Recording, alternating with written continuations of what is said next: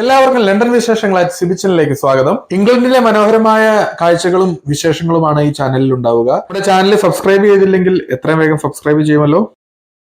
എല്ലാവർക്കും സ്വാഗതം. നമ്മൾ മോട്ടോർവേയിൽ 100 കിലോമീറ്റർ സ്പീഡിലും അല്ലെങ്കിൽ 120 കിലോമീറ്റർ സ്പീഡിലൊക്കെ അതിവേഗത്തിൽ പായണ സമയത്ത് മഴ നല്ല ശക്തമായിട്ടുള്ള മഴയുണ്ടെങ്കിൽ എങ്ങനെ ആ മഴയെ ഹാൻഡിൽ ചെയ്യാം, മഴക്കാലത്ത് വാഹനം ഓടിക്കുമ്പോൾ ശ്രദ്ധിക്കേണ്ട കാര്യങ്ങളെ കുറിച്ചിട്ടാണ് ഇന്നത്തെ ലണ്ടൻ വിശേഷങ്ങൾ നമ്മൾ സംസാരിക്കുന്നത്. എല്ലാവർക്കും സ്വാഗതം. നിങ്ങൾക്ക് എല്ലാവർക്കും അറിയാവുന്നത് പോലെ തന്നെ ഡ്രൈവിംഗ് എന്ന് പറഞ്ഞു കഴിഞ്ഞാൽ അതൊരു സിസ്റ്റമാറ്റിക് ആയിട്ടുള്ള മെത്തേഡുകളുടെ ഫോളോയിങ് ആണ്. നമ്മൾ ആ സിസ്റ്റമാറ്റിക് ആയിട്ടുള്ള കാര്യങ്ങൾ ഫോളോ ചെയ്ത് മറ്റുള്ളവരുടെ സുരക്ഷയും നമ്മുടെ സുരക്ഷയും ഉറപ്പുവരുത്തി ഒരു യാത്രയിൽ തുടങ്ങി ആ യാത്ര നമ്മുടെ വീട്ടിൽ തന്നെ തിരിച്ച് അവസാനിപ്പിക്കുന്നതിനാണ് സേഫ് ഡ്രൈവിംഗ് എന്ന് ഞാൻ മനസ്സിലാക്കിയിരിക്കുന്നത്. കൂടുതൽ വർഷങ്ങൾ ഡ്രൈവ് ചെയ്തിട്ടുള്ള എക്സ്പീരിയൻസോ അല്ലെങ്കിൽ കൂടുതൽ വയസ്സായതുകൊണ്ടോ അല്ലെങ്കിൽ അവൻ ചെറുപ്പക്കാരനല്ലേ അല്ലെങ്കിൽ അവൻ അത്രയൊക്കെ അറിയാവുള്ളൂ അങ്ങനെയൊന്നും ഡ്രൈവിങ്ങിലില്ല. ഡ്രൈവിംഗ് എന്ന് പറഞ്ഞു കഴിഞ്ഞാൽ നമ്മൾ അതിൻ്റെ തിയറികളും അതിൻ്റെ സിസ്റ്റമാറ്റിക് ആയിട്ടുള്ള കാര്യങ്ങളും പഠിക്കുക, ആ പഠിക്കുന്ന കാര്യങ്ങൾ നമ്മൾ റോഡിൽ ഫോളോ ചെയ്യുക എന്നുള്ളത് മാത്രമാണ്. ഈ UK വന്നതിന് ശേഷം നമ്മൾ പല സ്ഥലത്തും പല സൈറ്റുകളിലും ഓരോ ആവശ്യങ്ങൾക്കായിട്ട് പോകേണ്ടതായിട്ടുണ്ട്, മോട്ടോർവേകൾ യൂസ് ചെയ്യേണ്ടതായിട്ടുണ്ട്. അപ്പം അങ്ങനെയൊക്കെ പോകുന്ന സമയത്ത് കണ്ടീഷനുകൾ 3 ടൈപ്പ് കണ്ടീഷനാണ് UK പ്രധാനമായിട്ടുള്ളത് കേട്ടോ. ഒന്ന്, മഴയില്ലാത്ത കാലഘട്ടമാണ്. രണ്ടാമത്തെ അത് നല്ല വെയിലുള്ള കാലഘട്ടങ്ങൾ, സമ്മർ. അല്ലാത്ത രണ്ടാമത്തെ കാലഘട്ടം എന്ന് പറഞ്ഞാൽ മഴക്കാലമാണ്. നമ്മുടെ നാട്ടിൽ മൺസൂണൊക്കെ പെയ്യണ പോലെ തന്നെ നിങ്ങൾക്ക് നോക്കിയാൽ കാണാൻ പറ്റും. മറ്റുള്ള വാഹനങ്ങളിൽ നിന്നുള്ള വെള്ളം പോലും നമ്മുടെ വിൻസ്ക്രീനിലേക്ക് തെറിക്കുന്നുണ്ട്. അപ്പോൾ ഹെവി ആയിട്ടുള്ള മഴ തന്നെയാണ്. പക്ഷേ ഇവിടുത്തെ റോഡിൻ്റെ നിർമ്മിതികളും അതുപോലെ തന്നെ ഇവിടുത്തെ വെള്ളം റോഡിൽ കെട്ടിക്കിടക്കാണ്ടിരിക്കാനുള്ള ഡ്രൈനേജ് സിസ്റ്റമൊക്കെ വെച്ച് നോക്കുമ്പോൾ നമുക്ക് തോന്നും വലിയ മഴയൊന്നും ഇല്ലയെന്ന്. പക്ഷേ വൈപ്പർ ഫുൾ സ്പീഡിലാണ് സ്വിങ് ചെയ്തുകൊണ്ടിരിക്കുന്നത്. നമ്മൾ പോയിക്കൊണ്ടിരിക്കുന്നത് ഏകദേശം 60 മൈൽ സ്പീഡിലാണ്. ഈ മോട്ടോർവേയിലെ സ്പീഡ് എന്ന് പറഞ്ഞു കഴിഞ്ഞാൽ മാക്സിമം സ്പീഡ് 70 മൈലാണ്, ഏകദേശം 120 കിലോമീറ്റർ പെർ അവർ. ഒരു മണിക്കൂറിൽ നമ്മൾ പോകുന്ന സ്പീഡ് അത്രയും സ്പീഡിലാണ് നമ്മൾ പോയിക്കൊണ്ടിരിക്കുന്നത്. അപ്പം നമ്മുടെ നാട്ടിലെ ഡ്രൈവിംഗ് ഒക്കെ വെച്ച് നോക്കുകയാണെങ്കിൽ നമ്മുടെ എക്സ്പ്രസ് ഹൈവേയിൽ നമുക്ക് ഓടിക്കാവുന്ന അതേ സ്പീഡിലാണ് നമ്മളിപ്പോൾ പോയിക്കൊണ്ടിരിക്കുന്നത് കേട്ടോ. അപ്പോൾ ഈ നമ്മളെ ഓവർടേക്ക് ചെയ്ത് പോകുന്നുണ്ട്. ഇവിടെയൊക്കെ പോലീസുകാരോ റോഡ് സൈഡുകളിലോ ഒരു ചെക്കിങ്ങോ അങ്ങനെയുള്ള ഒരു സംഭവം നമുക്കിവിടെ ഉണ്ടാവില്ല. ക്യാമറകൾ മാത്രമാണ് ഈ റോഡുകളിലൊക്കെ പോലീസുകാരുടെ ജോലി ചെയ്യുന്നത് കേട്ടോ. ഏതൊരു ഡ്രൈവറിനും ഏറ്റവും അത്യന്താപേക്ഷിതമായിട്ട് വേണ്ടത് റോഡ് നിയമങ്ങൾ പാലിക്കാനും റോഡ് നിയമങ്ങളെക്കുറിച്ചുള്ള അറിവുമാണ്. ആ 2 കാര്യങ്ങൾ നമുക്ക് തിയറി എക്സാമിനേഷന് മുമ്പ് നമ്മൾ കൃത്യമായിട്ട് പഠിക്കുന്നു. റോഡ് സൈനുകളെ കുറിച്ച് പഠിക്കുന്നു.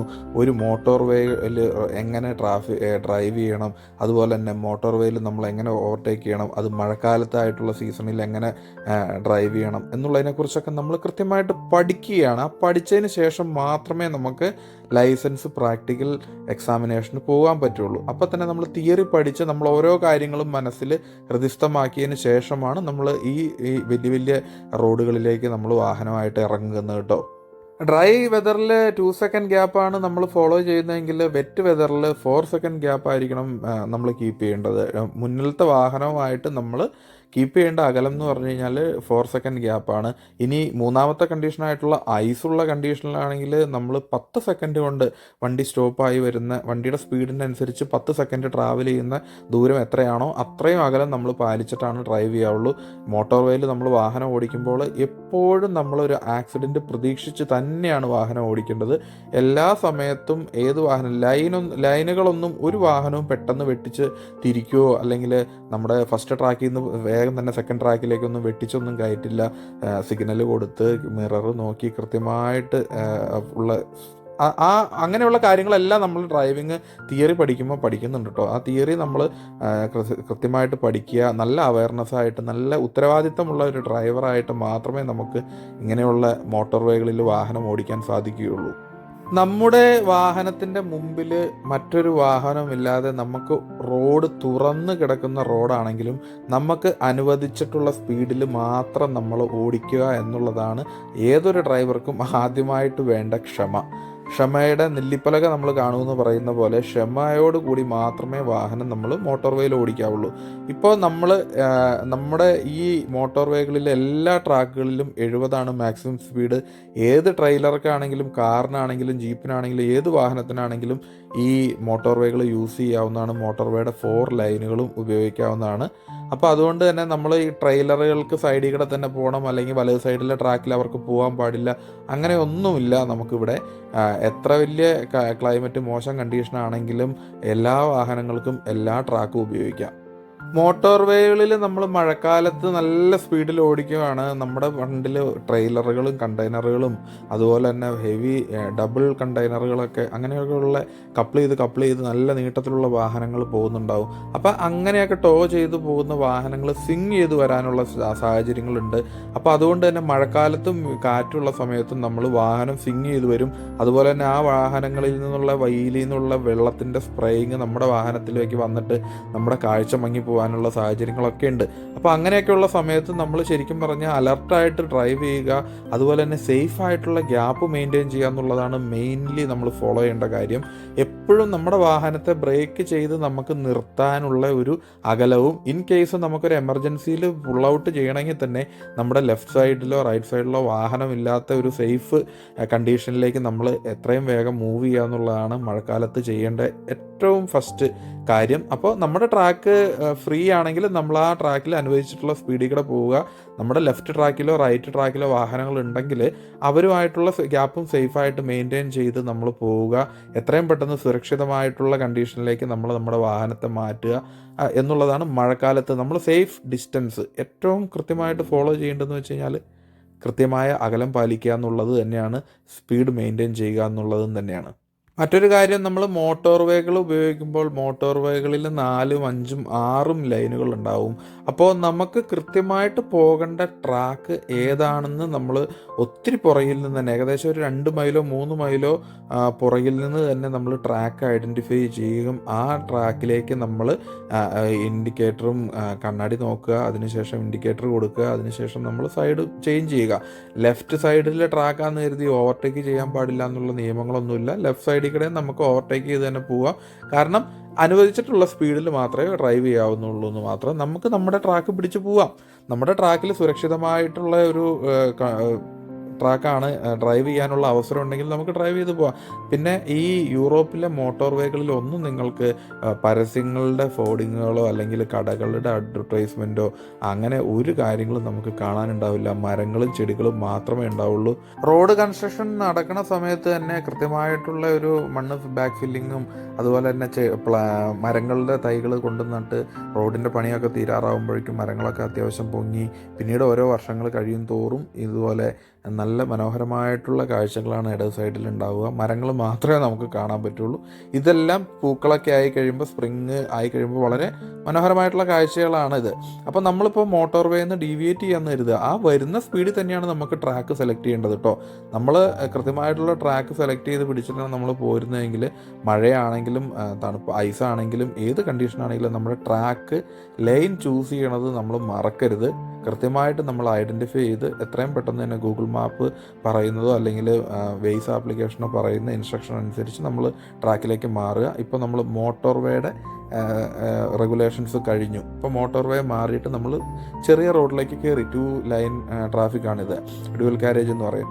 അപ്പോൾ ഇങ്ങനെയുള്ള റോഡുകളിലേക്ക് കയറി കഴിയുമ്പോൾ തന്നെ ഇവിടുത്തെ റെഗുലേഷൻസ് വേറെയാണ്. ഒരു മോട്ടോർ വേയിലേക്ക് കയറുന്നതിനും മോട്ടോർ വേയിൽ നിന്ന് പുറത്തേക്ക് ഇറങ്ങുന്നതിനും അതുപോലെ തന്നെ ഓരോ ജംഗ്ഷനുകൾ കടന്നു പോകുന്നതിനും ഇവിടെ പ്രത്യേകം സിഗ്നലുകളൊന്നുമില്ല. ഇനി റൗണ്ട് അബൌട്ടുകളിലാണ് ചില സ്ഥലങ്ങളിൽ സിഗ്നലുകളുള്ളത്. ഇപ്പോൾ മോട്ടോർ വേയുടെ റെഗുലേഷൻസ് കഴിഞ്ഞു എന്നുള്ള സിഗ്നലാണ്, മാർക്കർ പോസ്റ്റാണ് ആ കണ്ടത് കേട്ടോ റൈറ്റ് സൈഡിൽ. അപ്പോൾ നമ്മൾ പറഞ്ഞു വന്നത് എന്താണെന്ന് വെച്ച് കഴിഞ്ഞാൽ നമ്മുടെ നാട്ടിലെ ഡ്രൈവിങ്ങും ഇവിടുത്തെ ഡ്രൈവിങ്ങുമായിട്ട് നമ്മൾ കമ്പയർ ചെയ്യുമ്പോൾ നമ്മുടെ നാടുകളിൽ ഓരോ ജംഗ്ഷനുകളിലും നമ്മൾ കാത്തു കിടക്കുകയാണ്.